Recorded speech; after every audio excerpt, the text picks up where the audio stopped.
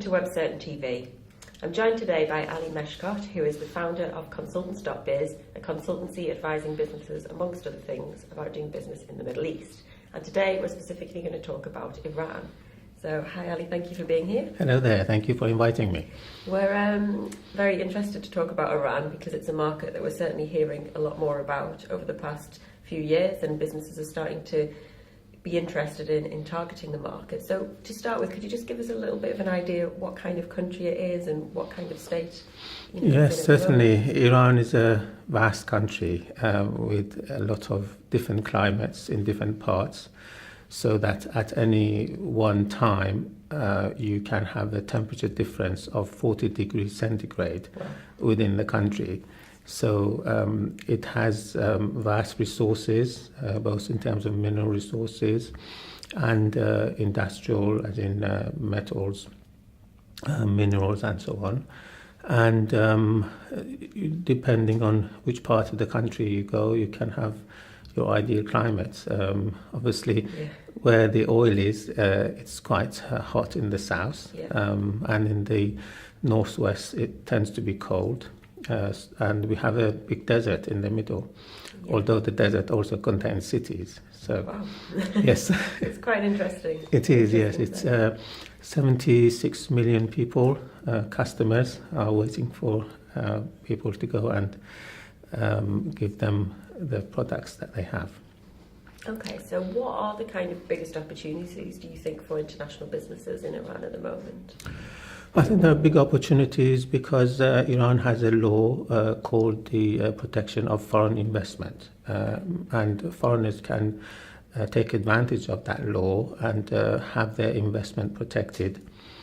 Now, the opportunities are great because each ministry has published a list of priorities for them to support within this law. So, for example, there is mining, industry, agriculture, services, all these are covered. And different ministries have their own list. I mean, for example, the Ministry of Mines and Industry has over 320 items, projects that they invite people to come and invest in with their support. Okay, so it's very open to foreign investment at the moment. It is, yes, certainly. At the moment, especially because of the sanctions being lifted, and from January the banking systems will start working, so transfer of funds will be easier, a lot easier. So it's opening up and becoming easier. That's correct, yes. But of course, there's always challenges with going into a new market. Is there anything particularly about Iran that makes it a difficult market to enter? Well, I suppose anyone entering Iran will need help in terms of the language, the culture, the religion, and the environment. So that's why we're here to help people overcome those. Absolutely. So, in fact, it's cheaper for them to send us in than to go in themselves because we are familiar with all those things, and we remove all those barriers for them. Okay, so just to pick up on some of these then, from the language point of view, what is the main language spoken and what language should businesses be using? The language is Farsi or Persian.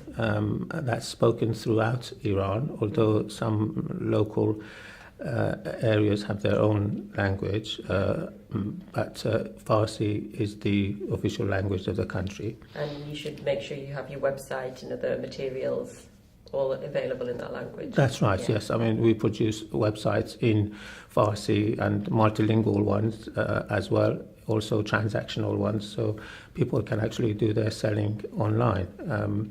This is a facility which has been already going on in Iran with Iranian banks, so that if I want to buy something in Iran, I would go to a website, make my payment with my debit card, which is on an Iranian account.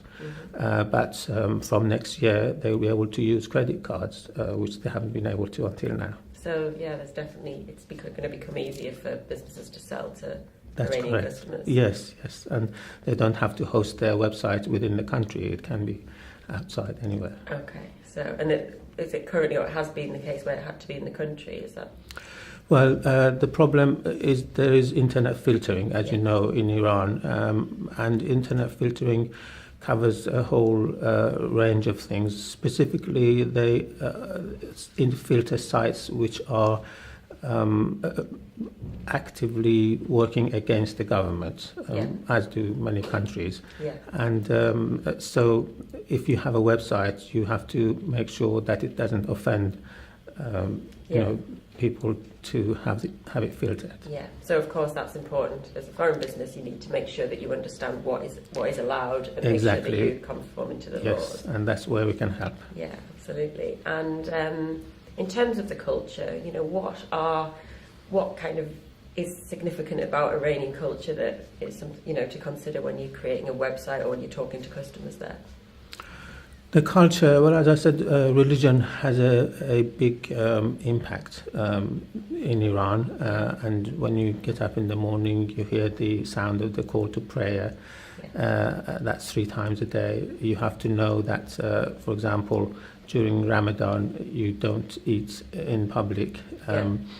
And how to use the transport system. If you're making a website, then you have to know, for example, not to have music on it when it's a time of religious mourning, for martyrs, that type of thing. You need to be aware of.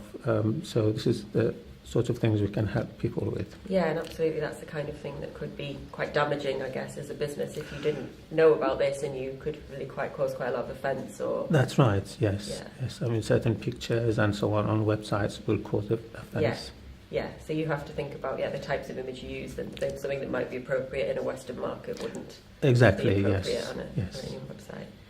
And you also talked at the beginning about the fact that it's a vast country with hugely differing kind of temperatures and climates and that kind of thing. So how does that impact kind of a business targeting Iran? Is it very important to really pick a location maybe to start with and focus on maybe cities or particular areas of the country? You see, out of those 76 or so million people, over 12 of them live in Tehran. Mm-hmm. And so Tehran is a very crowded city. Yeah. Other parts of the country are not so developed. So there's a huge opportunity in other parts of the country for businesses to set up and grow. And local districts in provinces, they help foreign investors to set up, and they have incentives for them because they want the other parts of the country as well to develop. Yeah. So there's great opportunity there. Yeah, and actually there could be more opportunity because they don't have access to so much as people in Tehran. And yes, exactly, yes.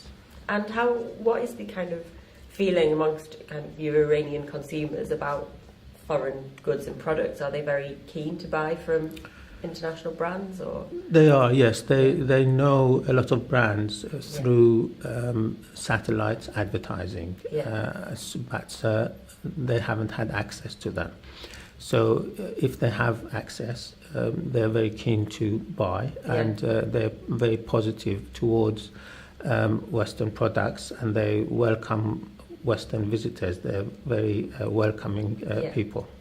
Okay, and in terms of e-commerce, how kind of developed is the e-commerce market there? Is it growing? Are people buying online?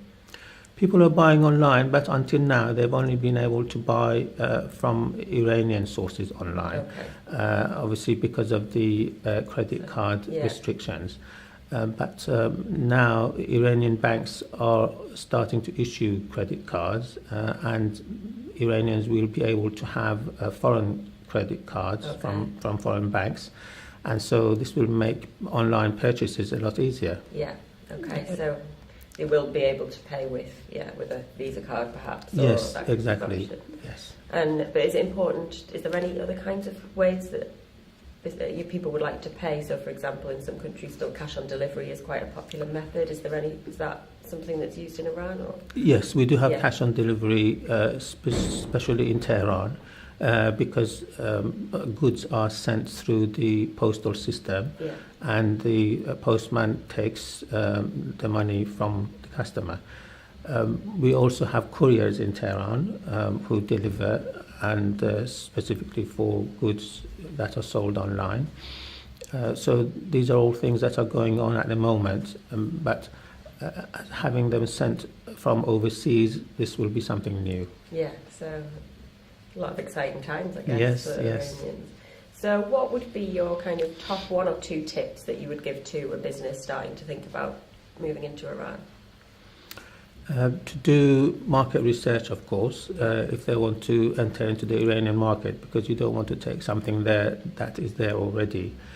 You must be aware that Iran has had dealings with China for many years, and there are a lot of Chinese products. So it wouldn't be any good to think about importing something from China and then sending it to Iran again. Also, you need to look at the availability of existing products in Iran. There are a lot of equipment and technical equipment, instruments, which are not available so easily, or they are available at much higher prices through third parties at the moment. And manufacturers, if they can create that link to sell directly to customers in Iran, they will certainly make a big profit. Wow, great. Well, it definitely seems like it's a market worth considering. So It is, thank yes. you very much for talking to us about it. Thank you for having me. Thanks.